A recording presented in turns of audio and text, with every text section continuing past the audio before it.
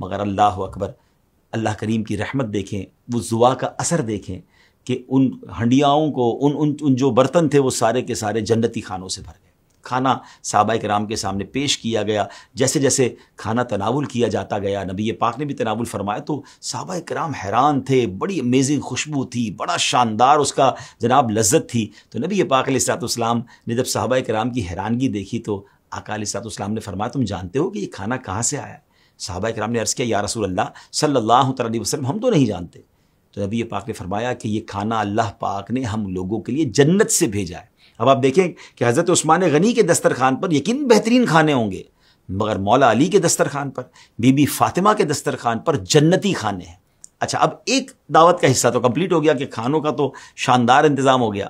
اب حضرت عثمان غنی نے نبی پاک علیہ الصلوۃ والسلام کی محبت میں جو ایک اور کام کیا تھا کہ ہر قدم کے بدلے ایک غلام کو آزاد کیا تھا۔ تو اب آپ رضی اللہ تعالیٰ عنہ بی بی فاطمہ ایک بار پھر تنہائی میں جا کر اللہ پاک کی بارگاہ میں سجدے میں گئی اور عرض کرتی ہیں یا اللہ، حضرت عثمان نے تیرے محبوب کے ایک ایک قدم کے عوض ایک ایک غلام آزاد کیا تھا، لیکن تیری بندی فاطمہ کی تو اتنی استطاعت نہیں ہے۔ اے خداوند عالم، جہاں تو نے میری خاطر جنت سے کھانے بھیج دیے، میری لاج رکھ لی، وہاں تو میری خاطر اپنے محبوب کے ان قدموں کے برابر جتنے قدم وہ چل کر میرے گھر تشریف لائے ہیں، اپنے محبوب کی امت کے گناہ گار بندوں کو جہنم سے آزاد فرما دے۔ ناظرین، اللہ اکبر، آپ رضی اللہ تعالیٰ عنہ جیسے اس دعا سے فارغ ہوئیں، ایک دم حضرت جبریل امین علیہ الصلوۃ والسلام یہ بشارت لے کر نبی پاک علیہ الصلوۃ والسلام کی بارگاہ میں حاضر ہو گئے اور عرض کی یا رسول اللہ، حضرت فاطمہ کی دعا بارگاہ الہی میں مقبول ہو گئی ہے۔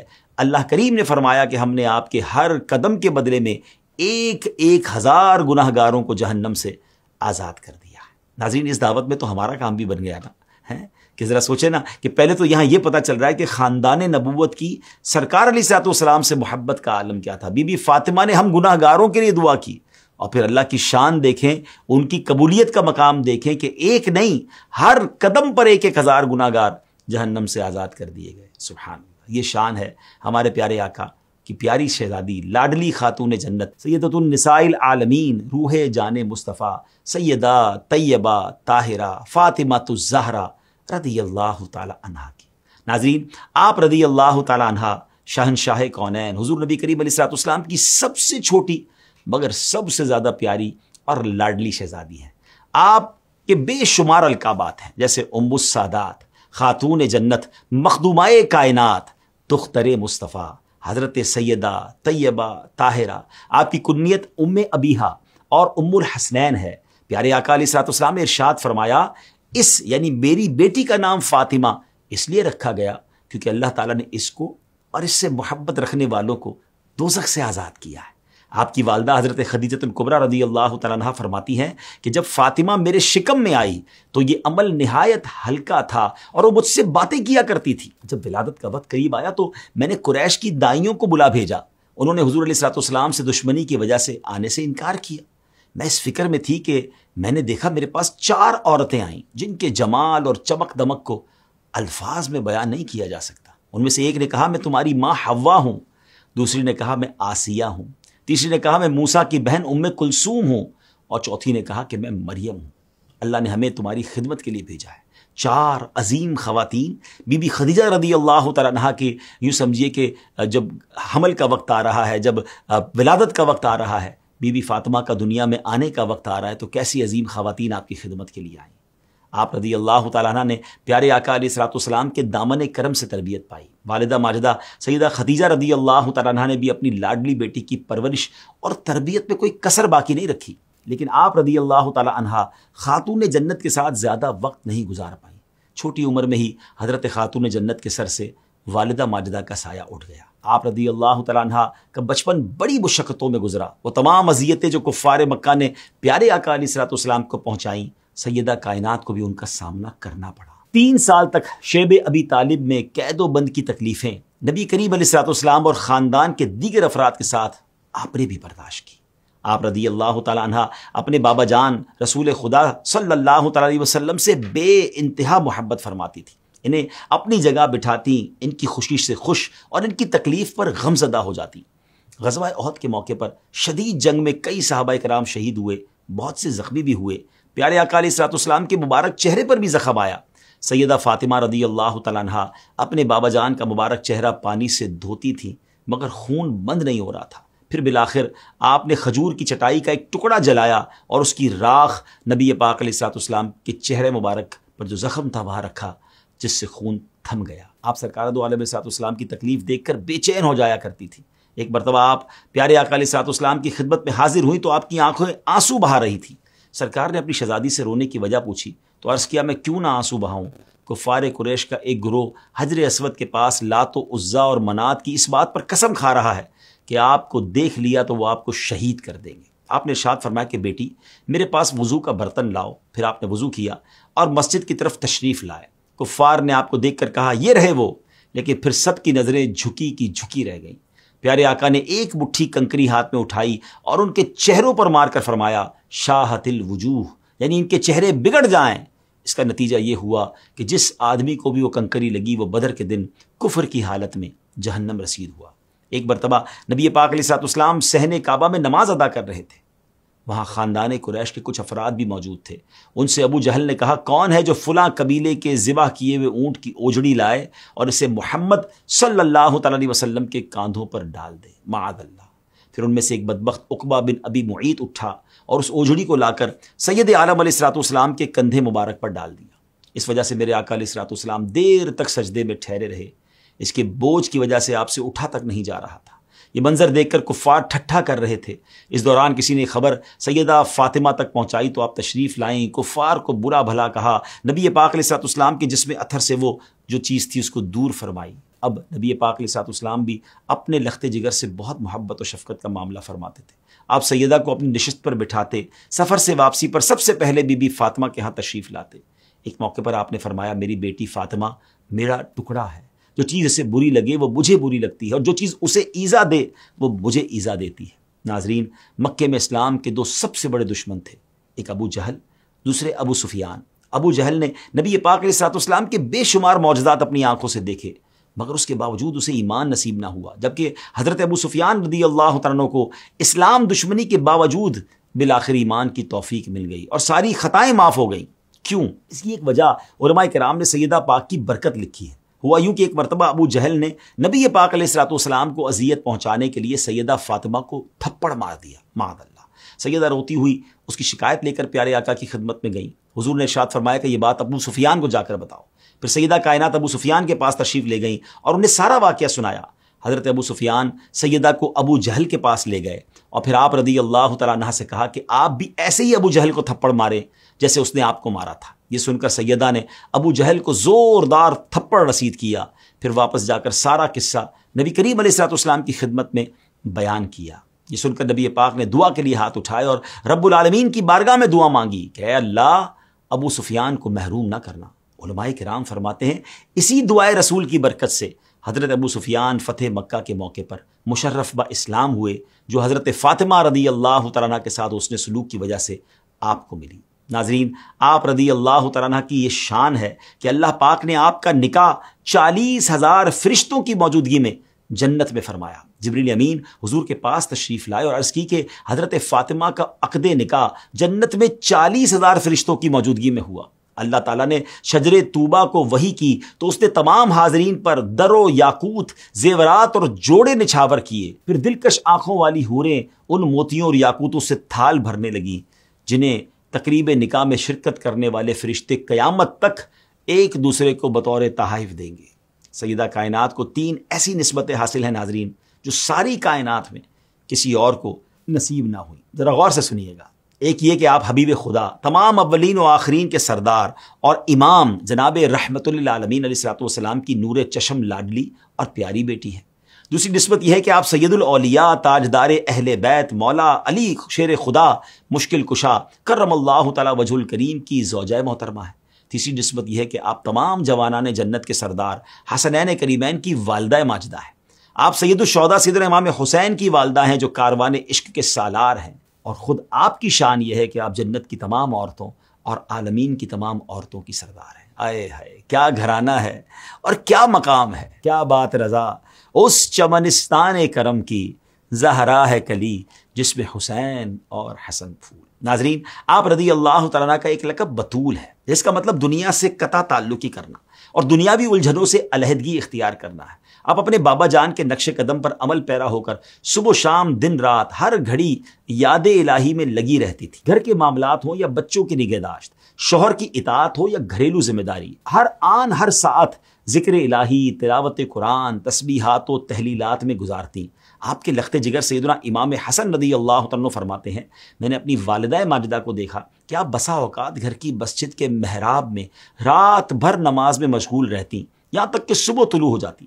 آپ رضی اللہ تعالیٰ عنہ کے ذوق عبادت کا اس واقعے سے اندازہ لگائیں کہ آپ کی جب رخصتی ہوئی اور آپ مولا علی رضی اللہ تعالیٰ عنہ کے گھر تشریف لے گئیں تو اس رات جب اندھیرا چھا گیا تو آپ رونے لگیں۔ مولا علی نے پوچھا، اے تمام عورتوں کی سردار، کیا آپ خوش نہیں کہ میں آپ کا شوہر ہوں اور آپ میری بیوی ہیں؟ آپ نے فرمایا، میں کیوں کر راضی نہ ہوں گی، آپ تو میری رضا بلکہ اس سے بھی بڑھ کر ہیں۔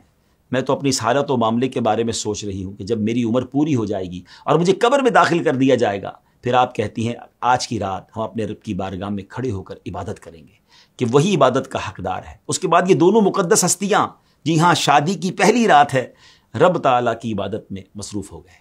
حضرت عائشہ صدیقہ رضی اللہ تعالیٰ عنہا فرماتی ہے کہ ایک بار حضرت فاطمہ رضی اللہ تعالیٰ عنہا خدمت رسول میں حاضر ہوئیں۔ رسول کریم نے ان سے کان میں کچھ باتیں کی جنہیں سن کر وہ خوب روئیں۔ پھر دوبارہ آپ نے کان میں کچھ باتیں کی، اب کی بار بی بی فاطمہ مسکرانے لگی، ہنسنے لگی۔ آپ رضی اللہ تعالیٰ عنہ فرماتی ہیں کہ میں نے بی بی فاطمہ سے وہ باتیں معلوم کرنا چاہیں جو نبی پاک نے فرمائی تھی۔ بی بی فاطمہ نے جواب دیا کہ میں رسول کریم کا راز فاش نہیں کروں گی۔ پھر پیارے آقا علیہ الصلوۃ والسلام کی دنیا سے پردہ فرمانے کے بعد بی بی عائشہ کہتی ہے میں نے دوبارہ پوچھا تو اب بی بی فاطمہ نے کہا کہ اب بتانے میں کوئی حرج نہیں ہے۔ پھر آپ نے بتایا کہ اس دن پہلی سرگوشی میں آپ صلی اللہ تعالیٰ علیہ وسلم نے یہ فرمایا تھا کہ جبریل ہر سال رمضان میں ایک بار قرآن مجید کا دور کیا کرتے تھے، لیکن اس سال انہوں نے 2 بار دور کیا۔ اس سے مجھے معلوم ہوتا ہے کہ میرے دنیا سے جانے کا وقت قریب ہے۔ تو اے بیٹی فاطمہ، خدا سے ڈرتی رہنا اور صبر کا دامن تھامے رہنا، تمہارا بزرگ باپ تم سے پہلے جا رہا ہے۔ یہ سن کر میں رونے لگی۔ پھر آپ علیہ الصلوۃ والسلام نے میرے کان میں یہ بات کہی کہ اہل بیت میں تم سب سے پہلے مجھ سے ملو گی، یعنی تمہاری وفات میری وفات کے بعد سارے اہل بیت سے پہلے ہوگی۔ یہ سن کر میں بہت خوش ہوئی اور ہنسنے لگی۔ چنانچہ ایسا ہی ہوا کہ آپ رضی اللہ تعالیٰ عنہ نبی پاک علیہ الصلوۃ والسلام کے ظاہری پردہ فرمانے کے بعد حضور کی یاد اور جدائی میں بے چین رہتی۔ آخر کار حضور کی وفات کے 6 ماہ بعد 3 رمضان مبارک کو آپ اس جہان فانی سے رخصت ہو کر پیارے آقا سے جا ملی۔ صحیح قول کے مطابق اسلام کے پہلے خلیفہ حضرت امیر المومنین ابو بکر صدیق رضی اللہ تعالیٰ عنہ نے آپ کی نماز جنازہ پڑھائی۔ آپ کا مزار مبارک بقیع شریف میں موجود ہے۔ ناظرین، آپ رضی اللہ تعالیٰ عنہ کے تقوی کا یہ عالم تھا کہ مولا مشکل کشا شیر خدا فرماتے ہیں، حضرت فاطمہ الزہرا رضی اللہ تعالیٰ عنہ نے موت کے وقت وصیت فرمائی تھی کہ جب میں دنیا سے رخصت ہو جاؤں تو مجھے رات میں دفن کرنا تاکہ کسی غیر مرد کی نظر میرے جنازے پر نہ پڑے۔ اللہ اکبر۔ آپ رضی اللہ تعالیٰ کی شان میں نبی پاک علیہ الصلوۃ والسلام کا فرمان ہے، جب قیامت کا دن ہوگا تو ایک ندا کرنے والا ندا کرے گا کہ اے اہل مجمع، اپنی نگاہیں جھکا لو تاکہ حضرت فاطمہ بنت محمد مصطفیٰ رضی اللہ تعالی عنہا پل صراط سے گزرے۔ سبحان اللہ، کیا انداز ہے پردے کا۔ محشر کے دن بھی یہ انداز ہوگا، جنازے کے وقت کی وصیت بھی یہ ہے۔ کتنا شاندار میسج ہے باقی ہمارے گھر کی اسلامی بہنوں کے لیے کہ پردہ کتنی بڑی چیز ہے۔ اے خاتون جنت کی کنیزوں، ہم کہتے تو ہیں کہ ہم پنجتن کے غلام ہیں، مگر خواتین کے لیے بی بی فاطمہ کا پردہ رول ماڈل ہے۔ اللہ ہمیں اس کی برکت نصیب فرمائے۔ پروگرام کو اختتام کرنے سے پہلے ایک بیوٹیفل ہم گولڈن ورڈ سنتے ہیں، اقوال زری سنتے ہیں، اور آج مولا علی کا ایک فرمان سنتے ہیں۔ آپ فرماتے ہیں 3 عادتیں مردوں میں بری ہیں مگر عورتوں میں اچھی ہیں۔ نمبر 1 بخل، نمبر 2 خود پسندی، اور نمبر 3 بزدلی۔ اس کی وضاحت علماء کرام اس طرح فرماتے ہیں کہ عورت بخیل یعنی کنجوس ہوگی تو اپنے اور شوہر کے مال کی حفاظت کرے گی، خود پسند ہوگی تو ہر کسی سے نرم گفتگو ناپسند کرے گی، اور بزدل ہوگی تو ہر شے سے گھبرائے گی، لہٰذا گھر سے باہر نہیں نکلے گی اور اپنے شوہر کے ڈر سے تہمت کی جگہوں سے بچے گی۔ کہتے ہیں نا، بڑوں کی باتیں بڑی ہوتی ہیں۔ اللہ کریم ہمیں مولا علی کا، بی بی فاطمہ کا فیضان نصیب فرمائے۔ ناظرین، اگلے ایپیسوڈ میں ایک اور عظیم ہستی کا ذکر ہوگا انشاءاللہ۔ ہمیں اجازت دیجیے۔ السلام علیکم ورحمۃ اللہ وبرکاتہ۔ دوستو، آپ نے محرم سیریز ایپیسوڈ نمبر 7 کو سماعت کی ہے۔ اپنا رائے ضرور دیجیے گا، اور ان ایپیسوڈ کو سننے سے آپ کو کیا فائدہ ہوا اور آپ کو کیا کیا باتیں سیکھنے کو ملا، کمنٹ کر کے ضرور بتائیے گا. اسے لائک بھی کیجیے گا اور اپنے تمام احباب تک شیئر بھی کیجیے گا. مزید اس طرح کے ویڈیو پانے کے لیے ہمارے ساتھ جڑے رہیے. ملتے ہیں کسی اور ویڈیو میں، تب تک اپنا خیال رکھیے. خدا حافظ. السلام علیکم ورحمۃ اللہ.